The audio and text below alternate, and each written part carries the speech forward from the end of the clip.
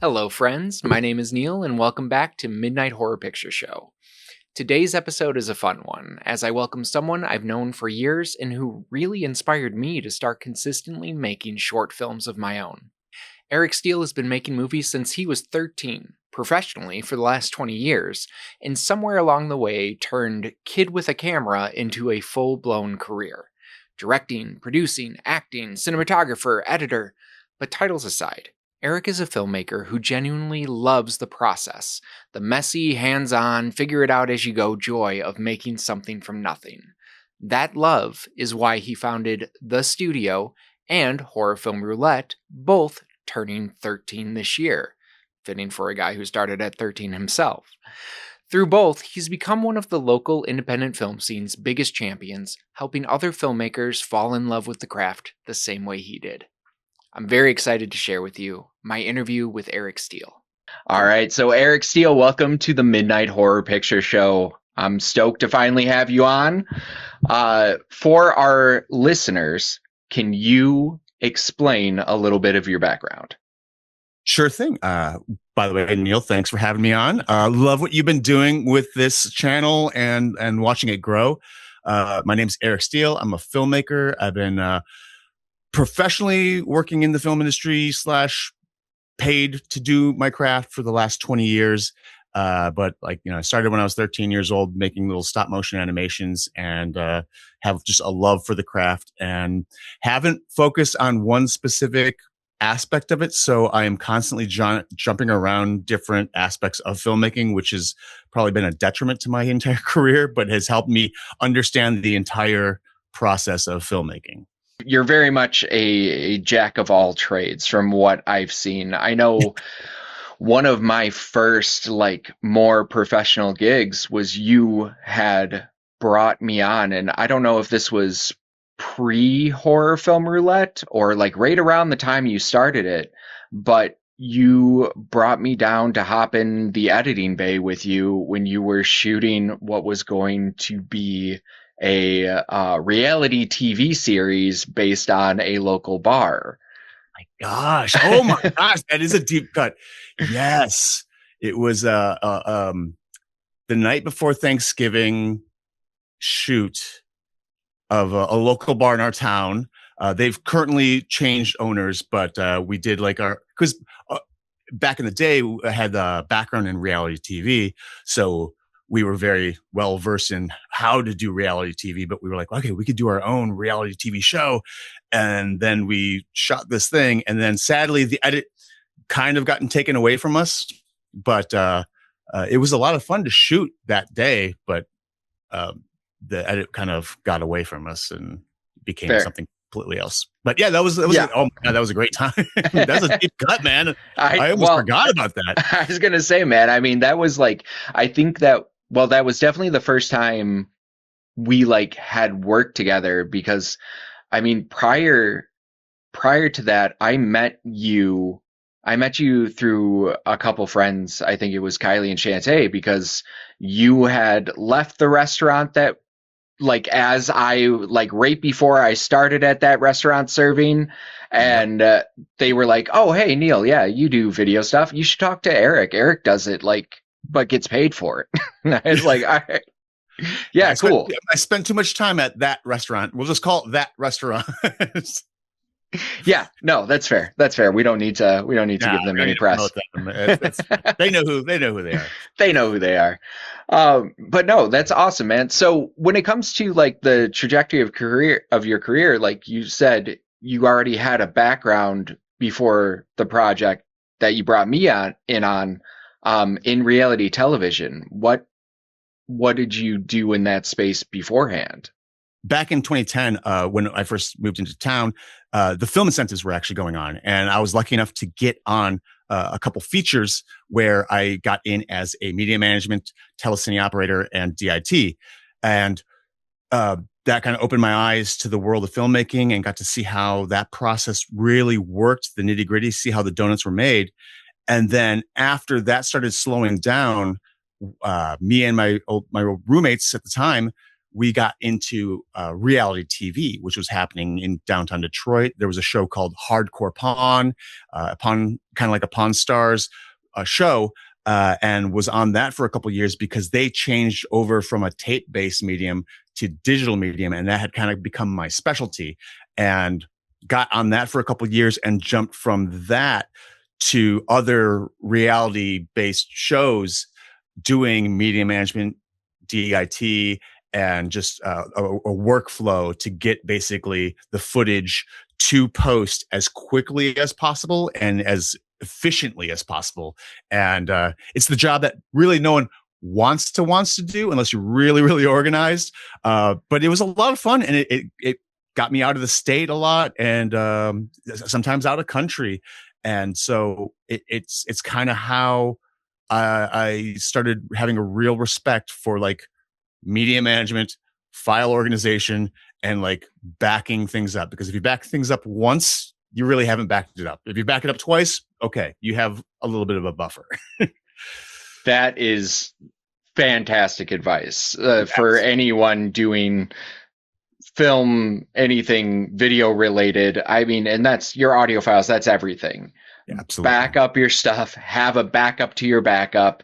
I can't tell you. I mean, personal experience. I have like the first couple short films I was like really making before I was even doing Horror Film Roulette. I had all that footage on one external hard drive, and it was not an SSD. It was, what's the other one called? Optical drive. Yes. And it crashed. It completely crashed. I dropped it off with a computer shop, and they're like, yeah, we'll call you if we have anything. And they're like, we're going to try and run something on it. And they were like, no, it's not recoverable. So all of that footage I had shot, which, like, granted, like from today, it would be fun to see. I'm sure it would be incredibly hard to watch knowing what I know now, you know, like 15 years later, but still it's if you don't have it backed up, and I've had that so much, just like on regular sets, you dump the SD cards after, you know, a day shoot, and if you don't back that up and something corrupts in the file transfer, you've lost it. You know, if you format those SD cards right after for the next day's shoot and you only backed them up to one place without checking it, yeah, you're SOL. And sometimes, you know, it's hard to rebook a location or redo a shot, you know, especially if it's a one take set piece or something. Like, nobody wants to see that happen, but it does. So I think that's fantastic advice. Well, and that was the biggest thing that you realize when you're on set is like when you hand off the cards, that person who's plugging it into the computer to like copy everything over, that person is holding your entire day. Everything you're shooting, everything you're capturing, that is in a little chip now in their hand.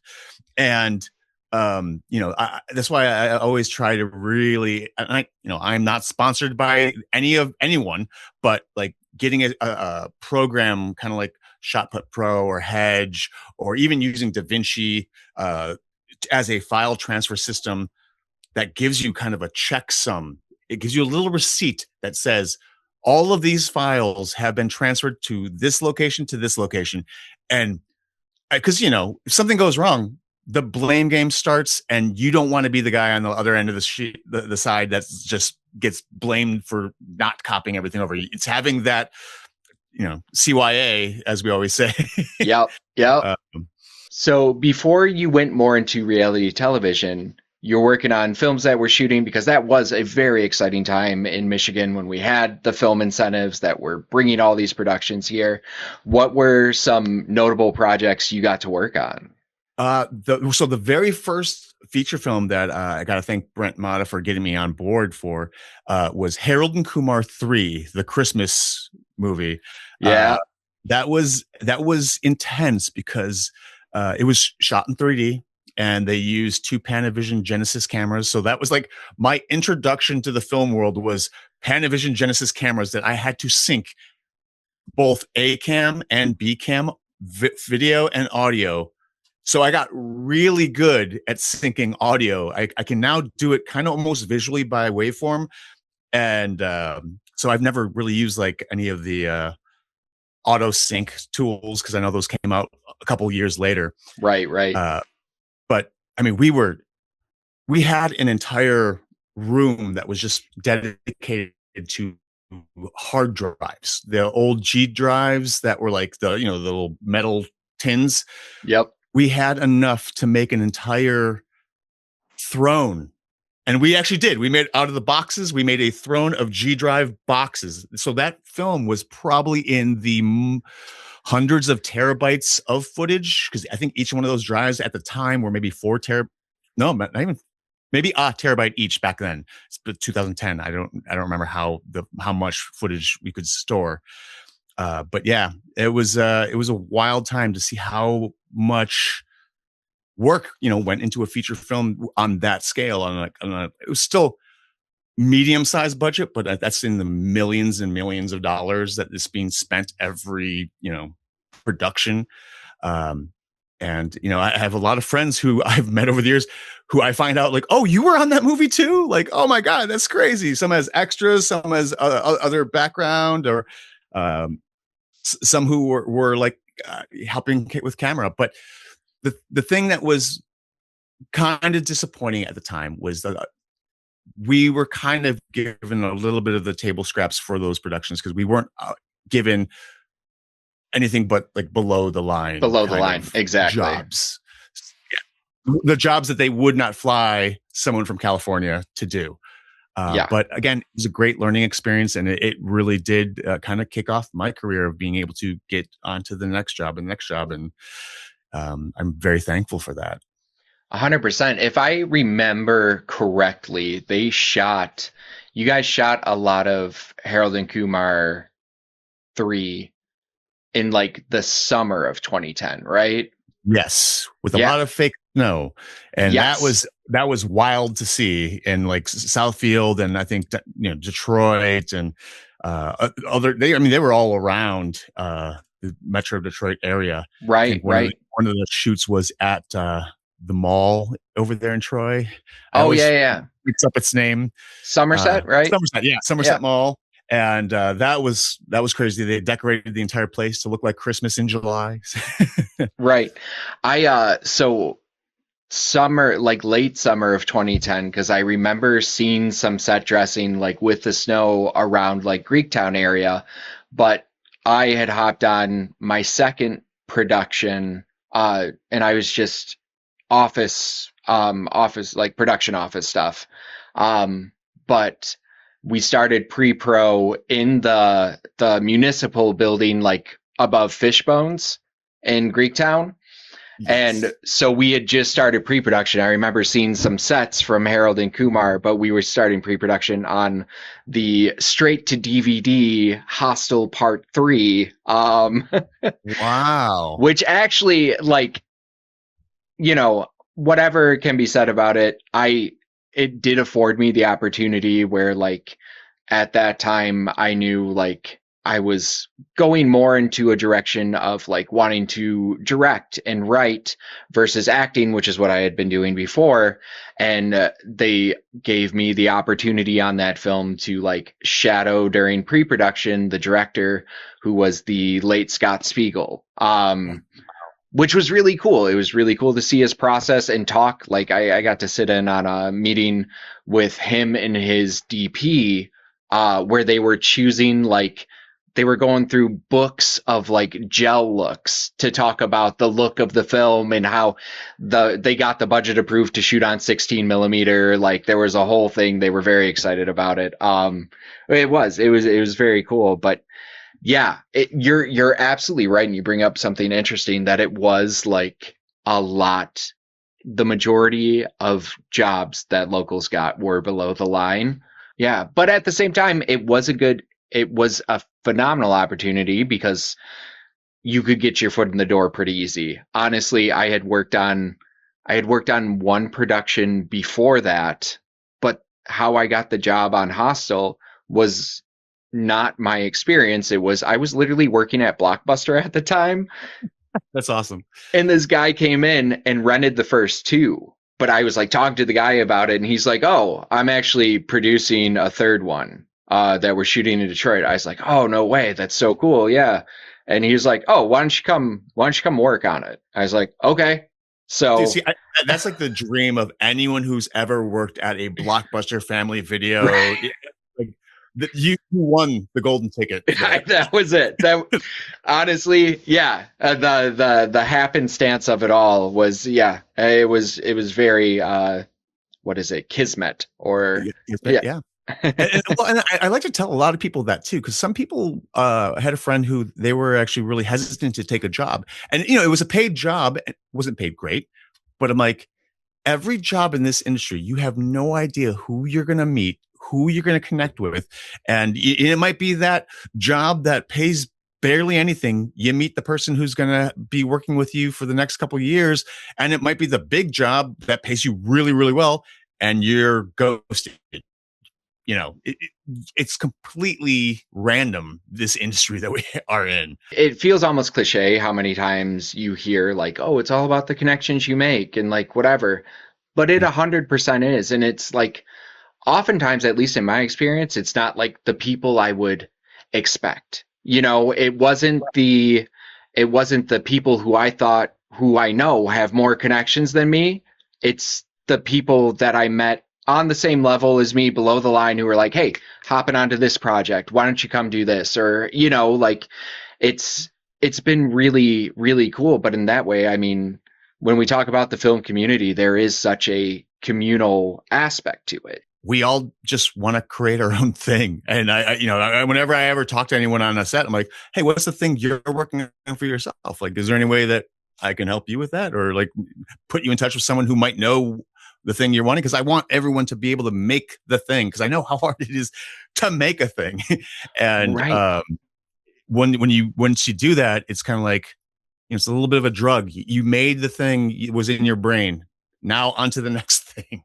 And speaking of, I think that's a wonderful segue about how hard it is to make the thing, to you starting Horror Film Roulette 13 years ago.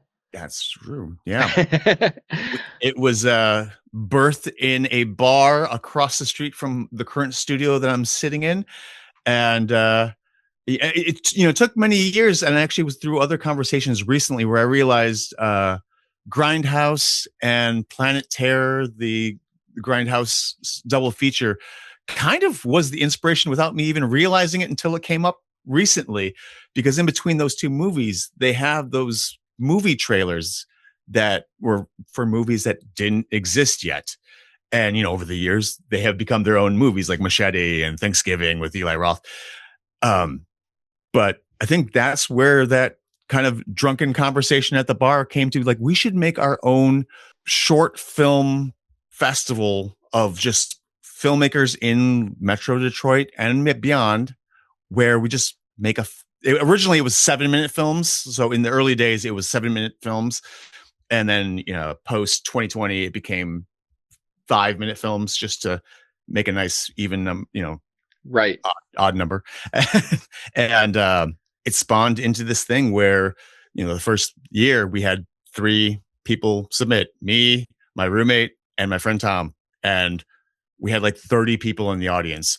And it was just, it was just for fun. And then the next year it kind of grew, and then it's been growing larger and larger each year in at certain aspects. And it's evolved so much more than I would have ever anticipated, because again, this was just a fun thing we wanted to do. But then when we started getting like some sponsor money, it's like, well, that's going to the filmmakers. That's going to give them incentive to keep going, Yeah. And yeah, it's like every year we are done with the event, like we're already going into the next rollout of like, okay, what are we doing differently? What are we doing that's going to make it more fun for people? So that's why we're really excited this year. We're partnering with the Senate because they're celebrating their 100th year of being in business. And it's kind of, it was like you said, kismet. Like a friend of mine, Pat, brought up the Senate Theater, and it's just been nothing but a positive experience as of yet. So that's wonderful. That's wonderful. And what a cool, like, historic location to be able to switch over to, because I mean, for our listeners who Uh, I don't know how much we talked about this in Josh's episode in episode 1, Oh, right. but Yeah. but I mean, when you started Horror Film Roulette, didn't you screen at that bar that you? To the 30 people who were in the audience at the very first screening, it was a makeshift projection screen that we used like sheets and a personal home projector. And luckily at the time, the bar did have its own PA system. So we tapped into their PA system to get pretty good sound. But you know, it was just upstairs. They used to host live bands at that bar. So that was the stage in which we held the first couple of years, actually, until we started growing and moving on, and we went to other actual theaters. And the last couple of years, we've been very graciously accepted by Imagine Theaters to project on their screens. And the only reason we're swapping over to the Senate this year is I want to give the filmmakers the ability to have an entire space dedicated to them. Because at Imagine, they have been nothing but great to us. But having an entire space dedicated to just the filmmakers, and we're not interfering with anyone who's going to see the Odyssey or anyone who's going to go see Spider-Man. Like, everyone there is there for their films, and everyone they're bringing is to see their friends and families' films, and just to build on that level of camaraderie. Because the thing that we'll kind of gain at the Senate is, you know, more space, but one screen, and that one screen is dedicated to you. That's awesome.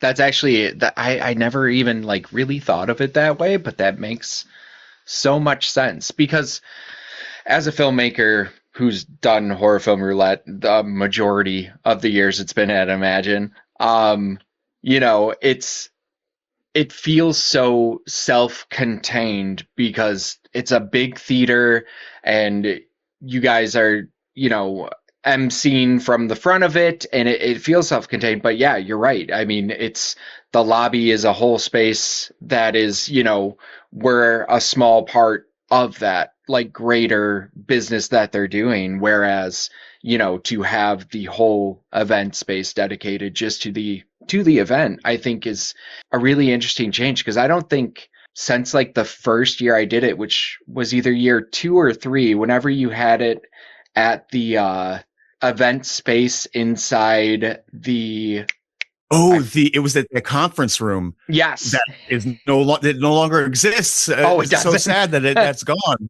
It doesn't exist anymore. But yeah, that was the conference room, the Loon Hotel, I think. Okay.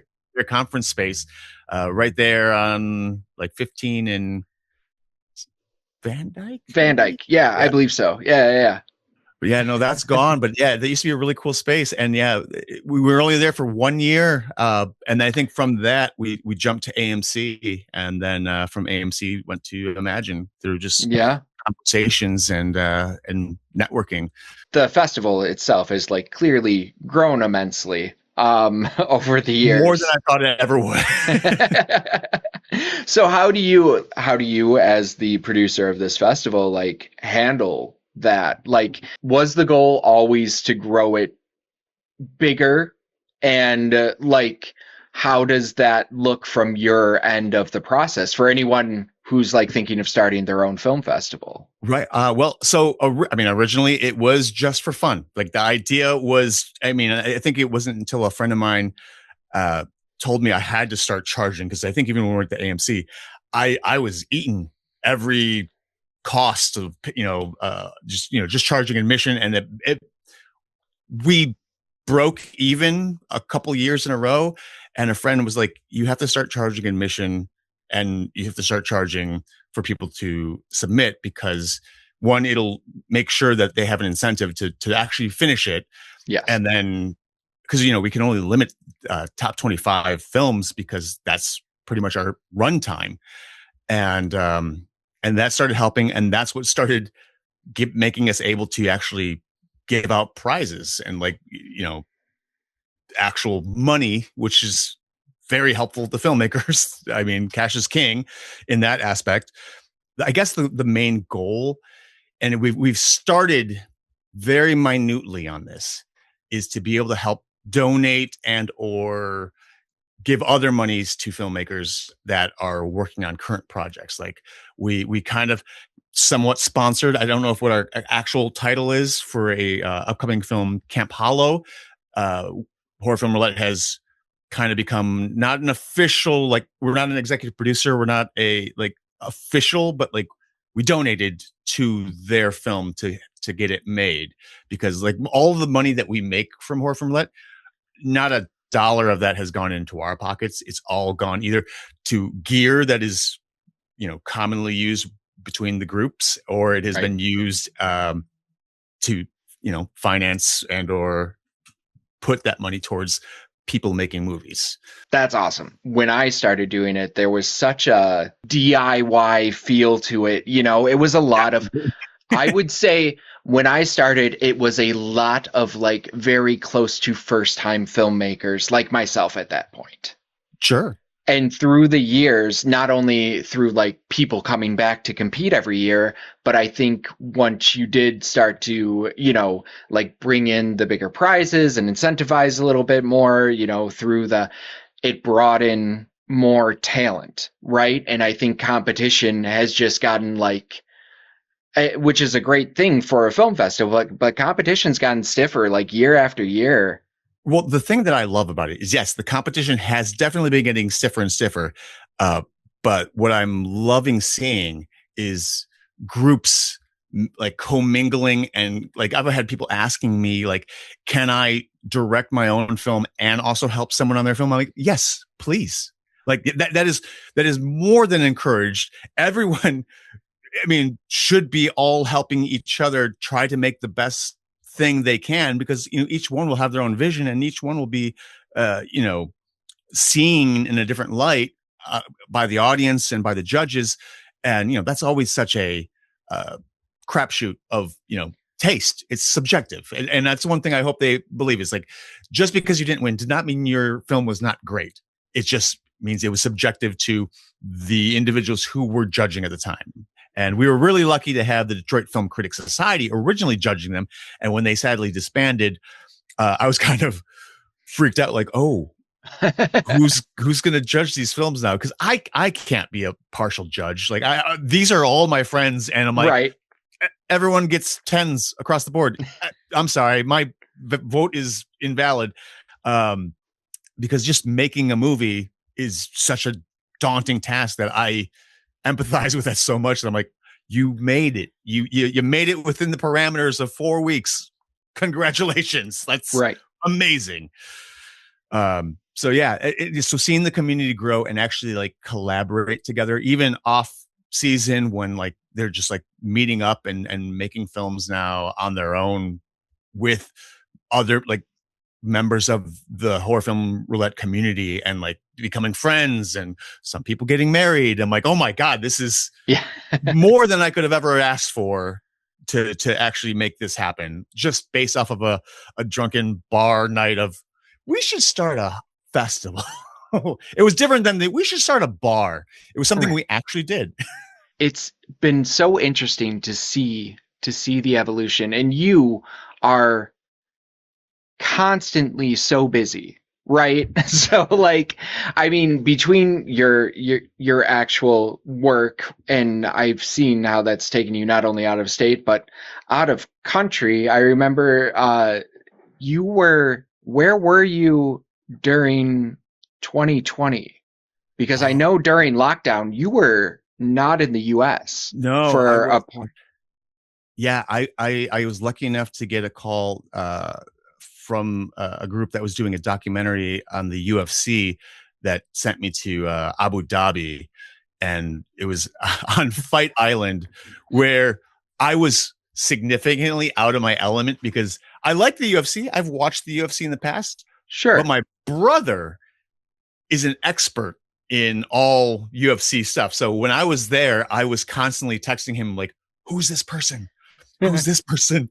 And I'm like, okay, cool. Thank you. Cause I'm like organizing footage, and we're putting up YouTube videos, and we're, putting stuff for that. So we were doing YouTube videos and a doc simultaneously. And it was wild and crazy. And I just realized recently I was kind of geeking over this because I'm terrible at geography. But when I was looking up the whole Yas Island situation, I'm like, oh, I was pretty much swimming in the Strait of Hormuz, but like not officially. Like it's connected, but like, oh, and I know that area. Like I actually have been there. Okay, all right. swam in that water. It was terrible. It was not good. Not good for swimming. Not good for swimming. No. Oh man. But yeah, so on top of that, I mean, you for the past 13 years as well have been operating the studio. That's right. Yeah.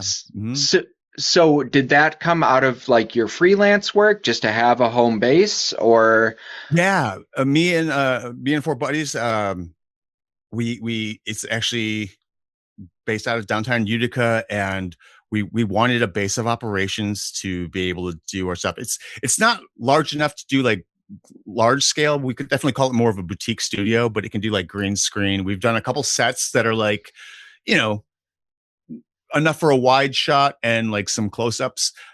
My favorite room I think we've ever done was like a sideways room where like everything, all like the geometry and the gravity was completely shifted, a little bit like Inception, where like the table's hanging off the wall, and when you shoot it, it looks like everything's sideways. That was probably my most fun set we built.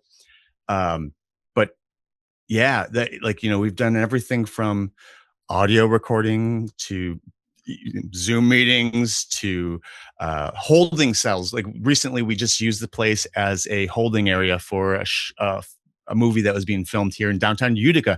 It had nothing to do with us specifically, but we were able to be a holding center for the cast and crew, and that was great. And music videos, TV, YouTube. We've been lucky enough to like hit pretty much every pillar of production. I mean, even down to editing, we've had the projector up and did some editing in the studio. Okay. Nothing color grading, but just like going through points and plots and what effects were needed to do. So yeah, 100%, man, 100%. I mean, speaking of everything that you've done in the studio, you actually brought me on for the first podcast I ever recorded was with you at the studio. So, and that was the only podcast the Horror Film Roulette has technically done. I know we did another one, which I don't think ever got edited, based on my own just ADHD. I must have gotten too busy or something, and it fell out of.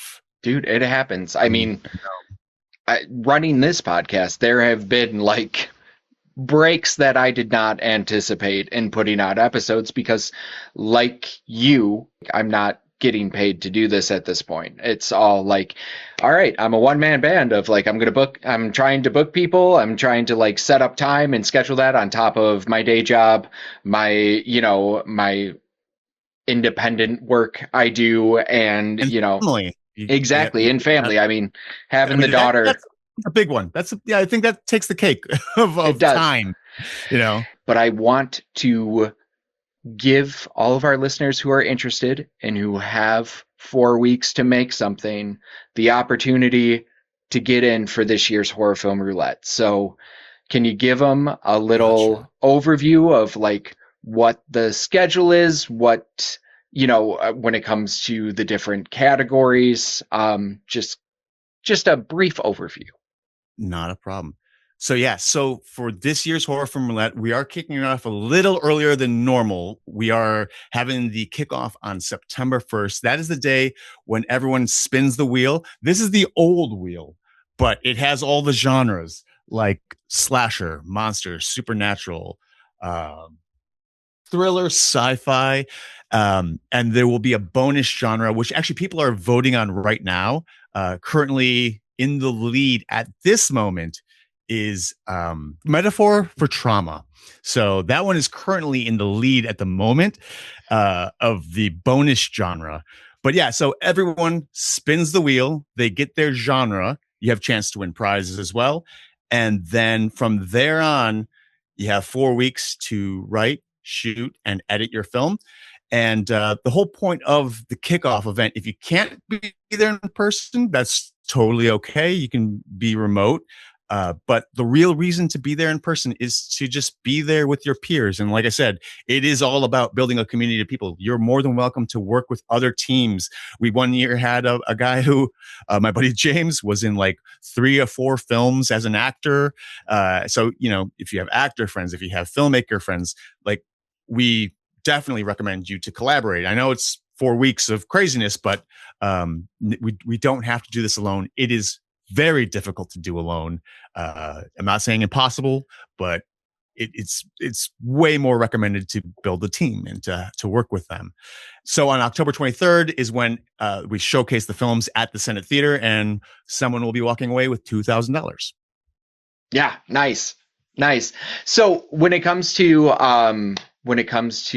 the submission fee, that's all going through FilmFreeway still? Yes, this year we are kind of funneling everything. If you go to our website, it will send you directly to FilmFreeway. And the reason we started doing this is not only does it give people access to just like where to submit the film, how to submit the film, but then after Horror Film Roulette is over, you are more than welcome to submit that to other festivals. We recommend. I mean, Neil, you've done it many years, and it's been very fruitful for you, over the years. It worked out well. Yeah, I think I first started submitting the shorts from Horror Film Roulette in like 2019 was when I first started submitting like the scarf from 2018, right? Right. And since then, though, like I've learned a lot about festivals. I've been lucky enough and fortunate enough to travel to a bunch of them and kind of like help other filmmakers locally that have asked. They're like, oh, hey, you seem to have done pretty well. And I can be like, hey, well, tier wise about how hard it seems to be to get into festivals, like look at these, or like I traveled out to this one and it was not worth going. It was like I was the only person in the audience, because right. they're not all film festivals are created equal. But I think that's like wonderful to funnel everything through there begin with. I mean, that forces filmmakers who don't have maybe experience submitting their films to build their filmmaker page, create their first project on FilmFreeway, submit it through there, and then all of your legwork is done just for Horror Film Roulette now.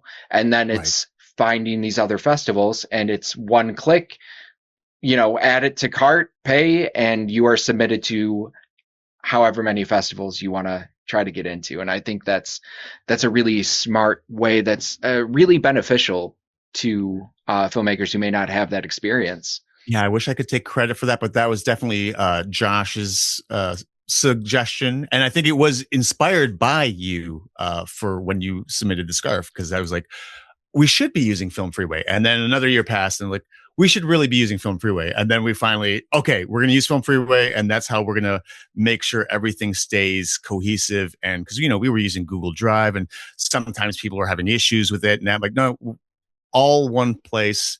This is where it goes. This is where it stays. They kind of get to be the bad guy if anyone tries turning in anything late. It just the link just shuts down versus people asking us like, I'm sorry. Yeah. No, 100%. 100%. I think that the FilmFreeway also makes it easier to expand this competition a bit. I mean, as much as it is like wonderful for anyone who can be at that kickoff to experience the community of it, doing this all through FilmFreeway and having, the opportunity to have your team roll for them on the roulette wheel, opens it up to anyone. I mean, you opened up internationally on this competition, like I want to say it was like 5 or 6 years ago, where it was maybe back in 2019-ish, where our friend from Mexico, they won second place, I believe, with Juan Pig, and that blew us away. The food looked amazing. But that was our first international win. Where I was like, and we knew who he was, but like, oh yeah, he's technically in Mexico. Like, does this make us international now? Right. Like, oh my gosh. That's a really cool opportunity. And listeners, I mean, listeners who are filmmakers, I will say from experience, as stressful as that 4 week time frame is, it is a very beneficial exercise and really pushing your talents. Like, I mean, as a writer, it is very much an exercise in killing your darlings. As, like Right. whatever you're doing on set with that, like crunch time, and this is no pre-production, right? Like you spin that wheel, you can do pre-production as far as like, hey, I have a vague idea of like people I want to use. Let's try and coordinate schedules for this time frame. But other than that, I mean, you can't start putting pen to paper until after you get that subgenre.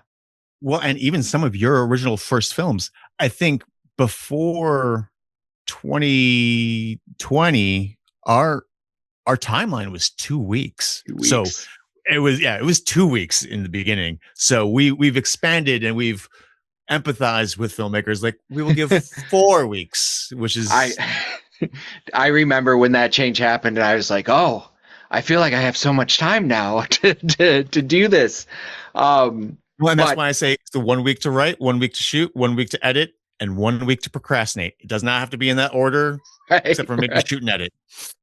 That's it. That's 100% what it is, though. And it also gives you like, for my process with the competition, it's always been first week is writing, and we try to plan out schedules for shooting in week 2 and 3.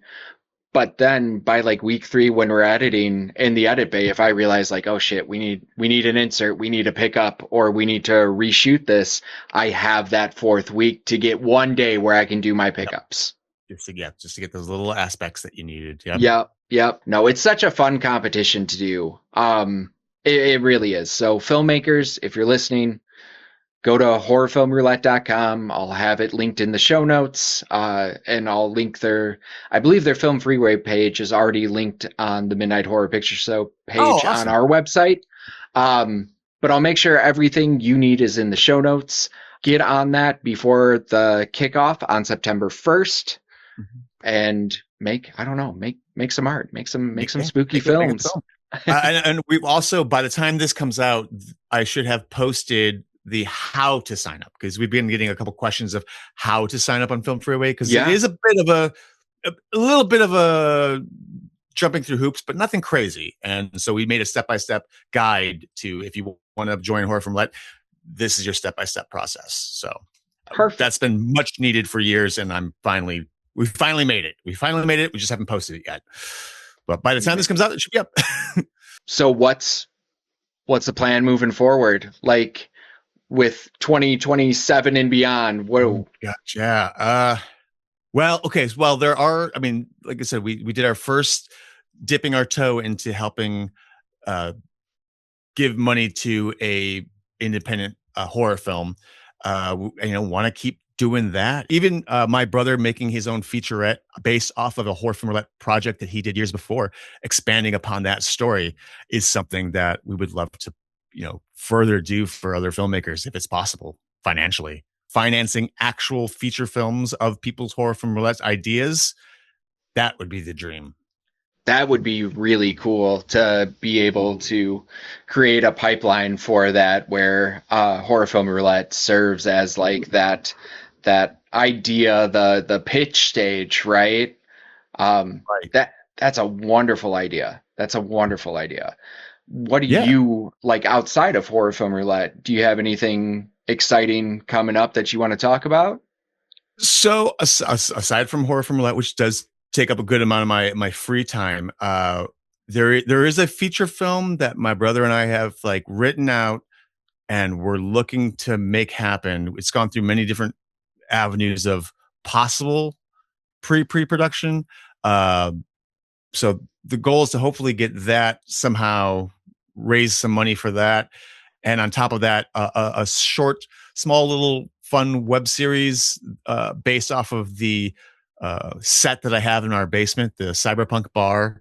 I've started finally filming little short, 1 to 2 minute little snippet episodes. We consider them like a comic strip, but like filmed and in vertical format. So it's kind of my learning of vertical, because I remember back in the day, people would have sworn off anything vertical, and now it's kind of the flip flop. Oh, if it's vertical, I'm not turning my phone sideways. I'm gonna swipe, and so Right.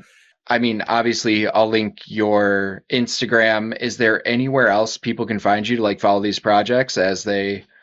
that project hasn't come out yet because I'm kind of building up a couple episodes before I start Which putting makes them sense. out. 100%. And I want to have at least a season so I can like drip feed it and just not be waiting on me making them, because they're only like a minute and a half each, but like getting a chance to work on those on my downtime Right. is Well, yeah. and for our listeners, this is not Erik's first foray into cyberpunk futuristic storytelling either, as he plays the titular Aladdin in Aladdin 3477. Hopefully movie 2 will be coming out sometime in the next year or so, but I have no dates on that, so that's all speculation. So you shot all three, because it's a trilogy, correct? Yes, yeah. And you guys shot all three of them like back to back to back? We spent 5 years filming all 3 film pieces with a couple pickup shots in a couple of years, but like that was like effect shots and like green screening hologram people, which we were able to do here at the studio. But then the last couple of years have been just distribution and editing, and the second film I know is edited but not finalized. So Okay. we were lucky enough to go to the Film Thread Awards for the first movie, and we tied with another film for best sci-fi, which was Nice. pretty awesome. That is pretty awesome. That's wonderful. And I know last I checked, and I'll double check this, but links will be in the show notes again, but I believe it's available through Amazon or Fandango or any of the PVOD platforms. Gotcha. Yeah. And you can also rent it from the library, and the government will pay you to watch it. Well, there you go. Wonderful. Do that. Make the government pay. They'll pay us. You don't get it's for you. It's free. Yeah, exactly. Exactly. Yeah.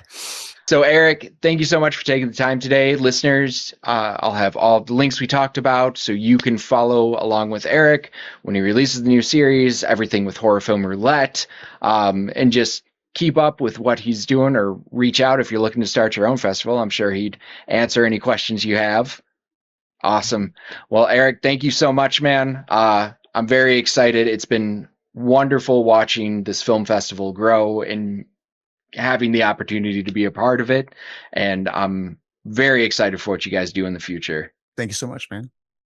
And thank you for tuning in. For those of you interested in making a film for this year's Horror Film Roulette competition, make sure to head to their website, linked below, and when you get to FilmFreeway, make sure you add Horror Film Roulette XIII-2026 to your cart if you want to compete for that $2,000. There is a side competition for previously completed films called Graveyard Films, but those films are not part of the main competition. And make sure to check out by September 1st. More info can be found at horrorfilmroulette.com. Like I said, this competition is where I cut my teeth, and the reason I made at least one short a year for almost a decade. It would be awesome to see some of our community from this podcast toss their hat in the ring for 2026. You can find the festival at Horror Film Roulette on YouTube, Instagram, and TikTok. And you can see what Erik is up to on Instagram at Th3 Studio or at Steele Photos, all of which are linked in the show notes. A quick announcement that I'm pretty excited to share with you. We are expanding Midnight Horror Picture Show. On top of our regular monthly interviews, we're going to be launching Midnight Horror Picture Show Sideshow next month, where myself and friends will be discussing horror films, novels, games, and the like. Before anything else, I'm a horror fan, and I'm stoked at any opportunity to talk about horror media. Sideshow will be in the mainstream for Midnight Horror Picture Show, so you don't need to follow anything new. Just make sure your notifications are on wherever you listen to us. Also, what do you think of a Midnight Horror Book Club? We've already picked the first book we're going to read, Keith Rawson's Coffin Moon. So if you want to join us, send your comments to midnighthorrorpictureshow@gmail.com by September 13th, and we will try to read them during our discussion. Please make sure to subscribe to Midnight Horror Picture Show on YouTube and wherever you get your podcasts. And if you would be so kind as to leave a 5-star review, it's the best way to help build this platform for indie horror creators to be seen. You can find us on Instagram at Midnight Horror Picture Show. Our theme music is by Nick Ferreri. And check out our sister show, Dead Pine Archives, where we dive deep into urban legends, cryptid tales, and local lore. Midnight Horror Picture Show will be back in September with a new main episode and our first Sideshow episode. Until then, stay spooky and keep supporting indie horror.